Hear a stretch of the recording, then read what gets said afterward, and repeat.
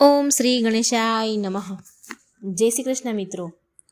આજે આપણે ભગવાન શિવજીની કથા સાંભળીશું. ઓમ નમઃ શિવાય. શિવ પુરાણ અનુસાર જે પણ ભક્ત આ કથાને પૂરી સાંભળે છે તે ઋણ, રોગ, દરિદ્રતાથી મુક્તિ મેળવી લે છે અને મનુષ્ય બળ, બુદ્ધિ અને ધન આરોગ્યની પ્રાપ્તિ કરે છે. તો મિત્રો, આ શિવજીની કથા છે, સોમવારની કથા છે અને સોમ પ્રદોષની કથા છે. પૂરા મનથી ધ્યાનથી સાંભળજો. વિડીયોને લાઈક કરજો, શેર કરજો અને કૃપા કરી મિત્રો આ ચેનલને સબસ્ક્રાઈબ કરવાનું બિલકુલ ન ભૂલશો. કોમેન્ટ બોક્સમાં શિવ પાર્વતીનું નામ લખીને ભક્તિ વ્યક્ત જરૂર કરજો અને ભગવાન શિવના આશીર્વાદ જરૂર મેળવજો. ભોળાનાથ અને માતા પાર્વતીની કૃપાથી બધાની જ મનોકામના પૂરી થાય એવી પ્રાર્થના સાથે હું આ કથા કહેવા જઈ રહી છું.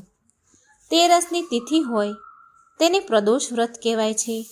આ દિવસે સંધ્યાના સમયે સમસ્ત દેવતા કૈલાસ પર્વત પર બિરાજમાન ભગવાન ભોળાનાથની વંદના અર્ચના કરે છે. સોમવારના દિવસે તેરસની તિથિ હોય તો તેને સોમ પ્રદોષ વ્રત કહેવાય છે. શિવજી શત્રુ નાશક દેવ છે. સમૃદ્ધિ, સફળતા અને ઐશ્વર્ય દેવાવાળા ભગવાન માનવામાં આવે છે. આ વ્રત કરનારા મનુષ્યને ધન, ધાન્ય અને સૌભાગ્ય, સફળતા પ્રાપ્ત થાય છે તથા ઘર પરિવારમાં ખુશીઓ આવે છે. અને આની કથા સાંભળવી એટલી જ પુણ્યશાળી છે જેટલું ગંગા, નર્મદા અને પવિત્ર નદીઓમાં સ્નાન કરવું. આ બધી નદીઓમાં સ્નાન કરવાથી જે પુણ્ય ફળ મળે છે એ આ કથા સાંભળવા માત્રથી મળે છે. પ્રિય ભક્તો, ભોળાનાથ માટે વિડીયોને લાઈક કરી કથાને જરૂર સાંભળજો. બ્રહ્માજી નારદજીને કહે છે, હે નારદ, તેરસમી તિથિમાં ચંદ્ર દિવસની સંધ્યાને પ્રદોષ કહેવાય છે. પ્રદોષ સમયે બધા દેવતા શિવજી પાસે રહે છે. આ સમયે ભગવાન શિવ તેમના રજત ભવન કૈલાસમાં નૃત્ય કરે છે અને દેવતા એમના ગુણગાન કરે છે. માટે અર્થ, ધર્મ, કામ અને મોક્ષ આ બધી ઈચ્છા રાખનાર મનુષ્યએ આ દિવસે પૂજા, જાપ, હોમ અને ભગવાન શિવની કથા જરૂર સાંભળવી જોઈએ. આ પ્રદોષ વ્રત એ પવિત્ર વેળા છે જે સંસાર સાગરમાં ડૂબી રહેલા લોકોને દરિદ્રતાના અંધકારમાંથી, પાપના ખાડામાંથી બહાર નીકાળે છે. જે લોકો દુઃખ, ભય અને શોકથી પરેશાન છે, જે બધા કષ્ટોના નાશકની કામના કરે છે, તેના માટે પ્રદોષના સમયે ભગવાન શિવની અને મા પાર્વતીની પૂજા કરવી એ કલ્યાણનો માર્ગ છે. શિવ પૂજાથી મનુષ્ય ધન, ધાન્યથી પરિપૂર્ણ થાય છે. તો આ કથાને પૂરી સાંભળજો. આ કથા આ પ્રકારે છે. બહુ સમય પહેલાંની વાત છે. ચંદ્રપુર નામના ગામમાં એક પ્રસિદ્ધ શેઠ રહેતા હતા. તેમનું નામ હતું ભિખારીદાસ. નામ ભલે ભિખારીદાસ હતા, પણ હતા બહુ જ ધનવાન. નગરભરમાં તેનો વેપાર ખૂબ હતો. વેપારની ચર્ચા થતી હતી. તેની પાસે ધન, સંપત્તિ, નોકર, ચાકર, હવેલી બધું જ હતું. પણ જેટલા કંજૂસ અને કઠોર હૃદયવાળા ભિખારીદાસ હતા તેટલી જ દયાળુ, ભક્તિવાન અને કરુણામય તેની પત્ની ધર્માદેવી હતા. ધર્માદેવી રોજ બ્રહ્મ મુહૂર્તમાં ઉઠી ગંગા નદીમાં જઈને સ્નાન કરે અને પછી ઘરમાં આવીને શિવલિંગ પર ગંગાજળ, દૂધ, બીલીપત્ર અને ફૂલોથી અભિષેક કરે. વિશેષ કરી સોમ પ્રદોષના દિવસે શિવ પાર્વતીનું ધ્યાન કરે, ઉપવાસ કરે, ભોગ લગાવે અને સાંજના સમયે અન્ન જળ ગ્રહણ કરે.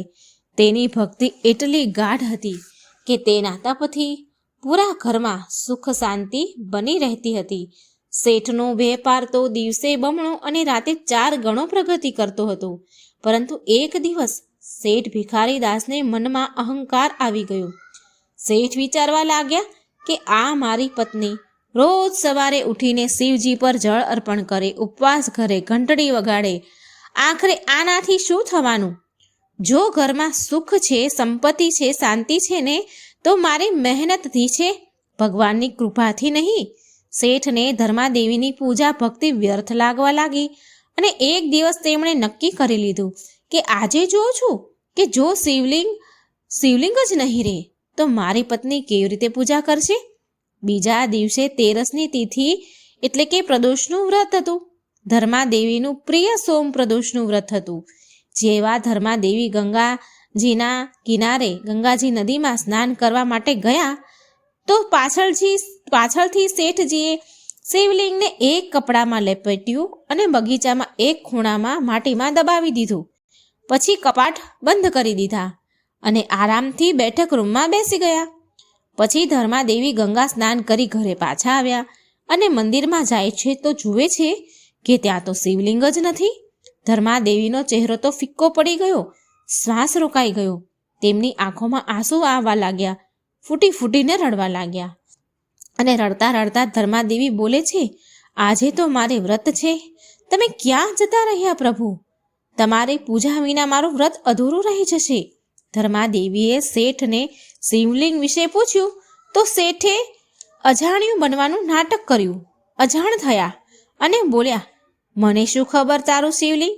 મંદિર તારું, ભગવાન તારા, તું જાણે.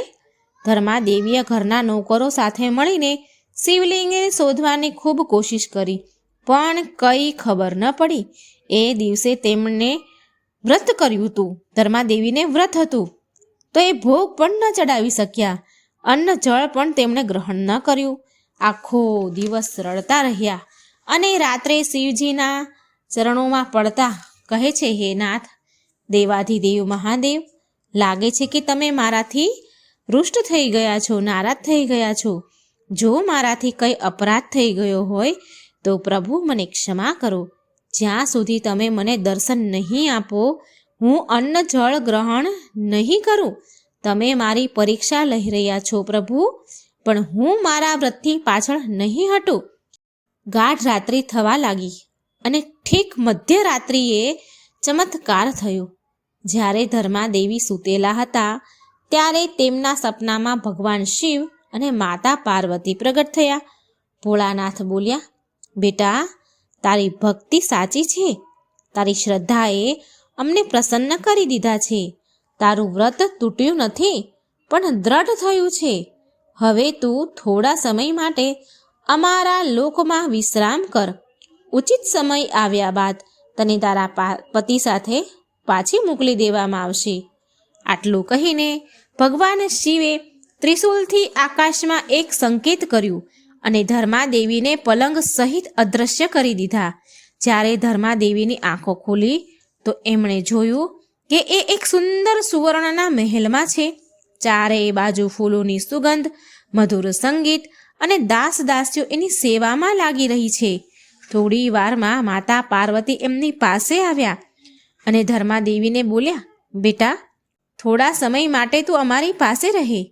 તારો ત્યાગ અને તપથી અમે પ્રસન્ન થયા છીએ. તારા ઘરનું સંકટ પણ કપાઈ જશે. તારા પતિને જ્ઞાનની પ્રાપ્તિ થશે. પછી તું તારી જગ્યાએ પાછી ચાલી જજે. આ બાજુ ચંદ્રપુરમાં શેઠના જીવનમાં ભયાનક વિપત્તિઓ આવી. વેપારમાં ભારે નુકસાન થયું. ઘરમાં ચોરી થઈ ગઈ. નોકર ચાકર ઘર છોડીને ચાલ્યા ગયા. શેઠને રોગે ઘેરી લીધો. ઘર સુમસાન થવા લાગ્યું. શેઠને એની ભૂલનો બરાબર પછતાવો થવા લાગ્યો અને તે દિવસે રાતે ધર્માદેવીને યાદ કરતા અને શિવજીને પ્રાર્થના કરવા લાગ્યા. અને શેઠ ભગવાનને કહે છે, હે પ્રભુ, હું અજ્ઞાની હતો. મારી પત્નીની ભક્તિ સાચી હતી. તમારા પ્રત્યે મેં જ એની પૂજામાં વિઘ્ન નાખ્યું છે.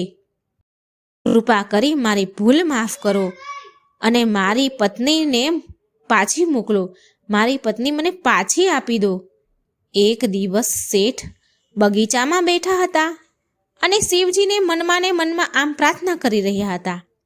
એટલામાં તેમણે જોયું કે ભગવાન ગણેશની સવારી જે ઉંદર હોય છે એ એક લાડુ લઈને બગીચામાં આવ્યો અને એક જગ્યાએ માટી ખોદવાનું એ ઉંદરે શરૂ કરી દીધું અને એ લાડવાને તેણે એ જ માટીમાં દબાવી દીધો. શેઠની તો આંખો ખુલ્લી રહી ગઈ. શેઠે ખુલ્લી આંખે આ સપનું જોઈ રહ્યા હોય એવું એમને લાગ્યું. પછી શેઠ દોડીને એ સ્થાન પર ગયા અને ત્યાં જમીન ખોદી, જ્યાં ઉંદરે ખોદીને જ્યાં લાડુ દબાયો હતો.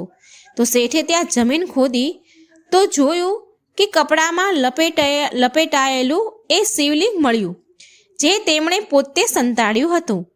અને પછી તે ભૂલી ગયા હતા. તેના શરીરમાંથી પરસેવો છૂટવા લાગ્યો, આંખમાંથી આંસુ વહેવા લાગ્યા.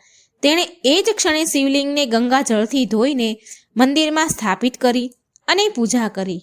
થોડા સમય બાદ એક દિવસ એક મંદિરમાં બેઠા જ હતા કે ધર્માદેવી પ્રગટ થયા. ધર્માદેવીને સામે જોઈને શેઠની આંખો ભરાઈ ગઈ. એ બહુ રડ્યા અને શેઠે બહુ પ્રેમથી કહ્યું, મને ક્ષમા કરી દે, મારાથી બહુ મોટી ભૂલ થઈ ગઈ છે, બહુ મોટો અપરાધ થઈ ગયો છે. હવે હું તારી સાથે મળીને શિવજીની પૂજા કરીશ. ધર્માદેવી હસ્યા અને બોલ્યા કે ભોળાનાથની કૃપાથી જ આ બધું બન્યું છે. એમણે મને દર્શન આપ્યા અને તમને સદબુદ્ધિ આપી. હવે આપણે બંને પ્રદેશનું વ્રત મળીને કરીશું. એ દિવસે શેઠ ભિખારીદાસ તેની પત્ની ધર્માદેવી સાથે પ્રદોષનું વ્રત કરવાનું શરૂ કરી દે છે. વિશેષ રૂપથી સોમ પ્રદોષના દિવસે એક નિષ્ઠાથી ઓમ નમઃ શિવાયના જાપ કરે. આનાથી એના જીવનમાં ફરી સમૃદ્ધિ આવી, વ્યાપાર વધ્યો અને ઘરમાં સુખ શાંતિ આવી. પ્રિય ભક્તો, શ્રદ્ધા અને સાચી ભક્તિ ક્યારેય વ્યર્થ નથી જતી. શિવજી અને માતા પાર્વતીની સાચા મનથી પૂજા ભક્તિ કરવાથી ભગવાન તેના ભક્તોની રક્ષા જરૂર કરે છે. જે સોમ પ્રદોષનું વ્રત કરે છે તેના જીવનમાં સુખ શાંતિ આવે છે અને તેનું લગ્ન જીવન બહુ ખુશહાલ રહે છે. ઘરમાં ધન વૈભવ અને સંતોષનું આગમન થાય છે. સૌથી મોટી વાત, અહંકારનો ત્યાગ કરી ભક્તિ સ્વીકારવાથી ભગવાન સ્વયં કૃપા કરે છે આપણા પર. તો પ્રેમથી બોલો ઓમ નમઃ શિવાય. ઓમ નમઃ પાર્વતી પતે હર હર મહાદેવ. શ્રી શિવાય નમસ્તુભ્યમ. જે કોઈ ભગવાન શિવની કથા મહાત્મય પ્રેમ ભાવથી સાંભળે છે એ ભગવાન શિવના ધામમાં જાય છે. અને સૌથી પહેલાં પ્રદોષ વ્રત કોણે કર્યું હતું? તો એ દુર્લભ કથા તમે સાંભળો. આ પ્રકારે છે. એક દિવસ ચંદ્રદેવ વિચરણ કરવા નીકળ્યા હતા. ત્યારે તેમની નજર રોહિણી પર પડી. રોહિણીને જોતાં જ ચંદ્રમાનું મન રોહિણી પર આસક્ત થઈ ગયું. બીજી બાજુ ચંદ્રમાના તેજવશ અને સુંદરતા જોઈ ત્યાં ઊભેલી રાજા દક્ષની 27 કન્યાનું મન પણ ચંદ્રમા પર આવી ગયું. જ્યારે ચંદ્રદેવને પણ આ વાતનું જ્ઞાન થયું કે રોહિણી અને અન્ય બહેનો એના પ્રેમમાં આસક્ત થઈ ગઈ છે, તો ચંદ્રદેવે વાટ જોયા વગર મોડું કર્યા વિના રાજા દક્ષ પાસે ગયા અને તેની 27 કન્યાના વિવાહનો પ્રસ્તાવ તેમની સામે મૂક્યો. રાજા દક્ષ આ જોઈ આશ્ચર્યચકિત રહી ગયા.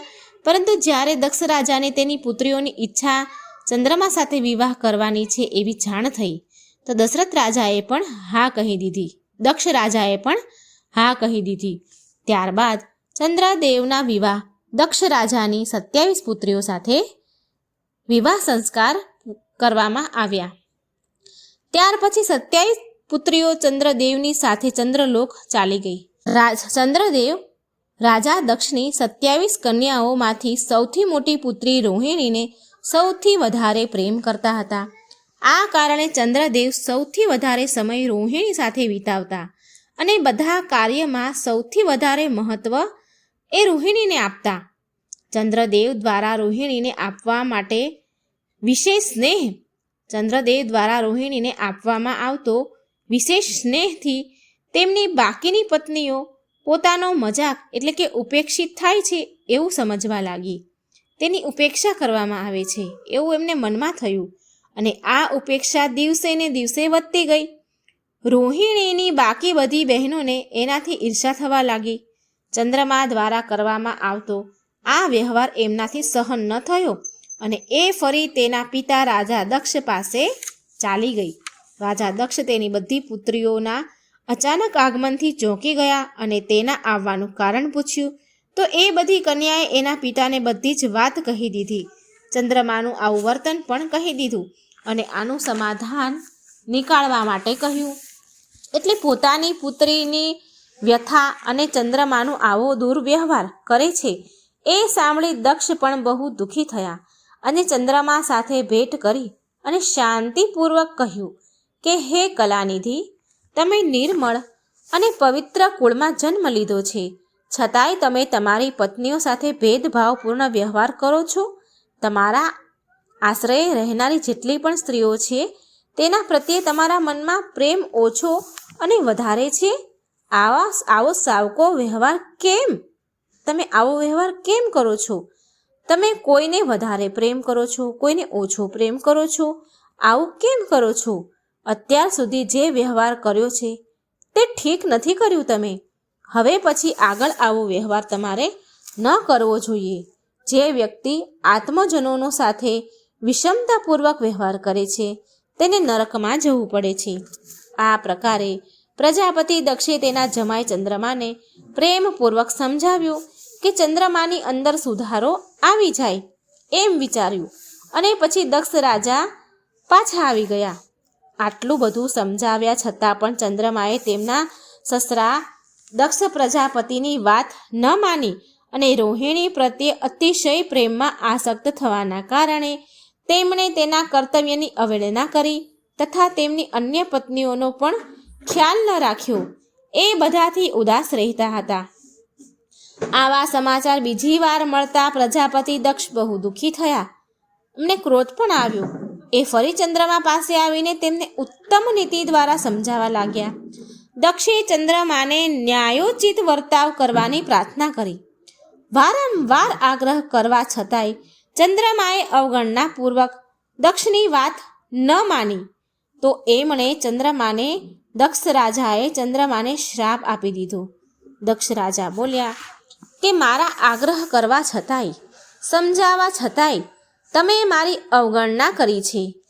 એ ક્રોધમાં દક્ષે ચંદ્રમાને શ્રાપ દીધો કે તમને જે તમારા રંગરૂપ અને તેજ પર જેટલો અભિમાન છે તે હવે નહીં રહે. રાજા દક્ષ દ્વારા ચંદ્રમાનો ક્ષય રોગથી પીડિત રહેવાનો શ્રાપ મળ્યો, જે કારણે ચંદ્રમાનું તેજ હંમેશા માટે ચાલ્યું ગયું. હવે ચંદ્રદેવ પાસેની સુંદરતા હતી નહીં. ચંદ્રદેવ પાસે સુંદરતા બચી નહીં.